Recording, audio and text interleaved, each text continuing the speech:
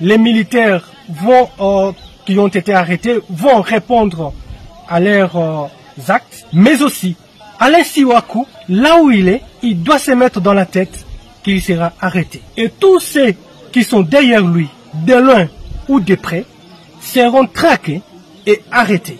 Parce que les forces armées sont mieux informées que quiconque.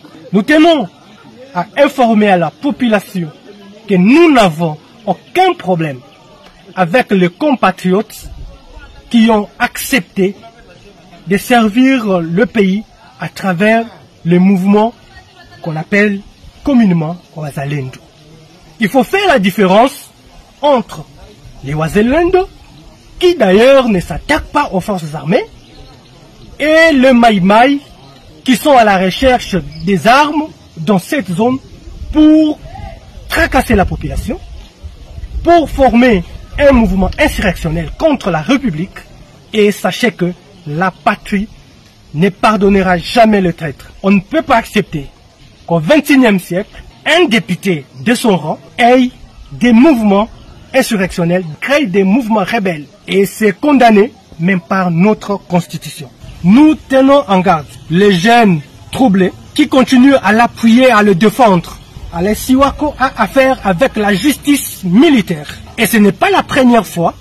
Vous vous souviendrez que vers les années 2020, il vivait en cavale suite au mandat d'arrêt lui donné par la justice militaire. Donc c'est son habitude.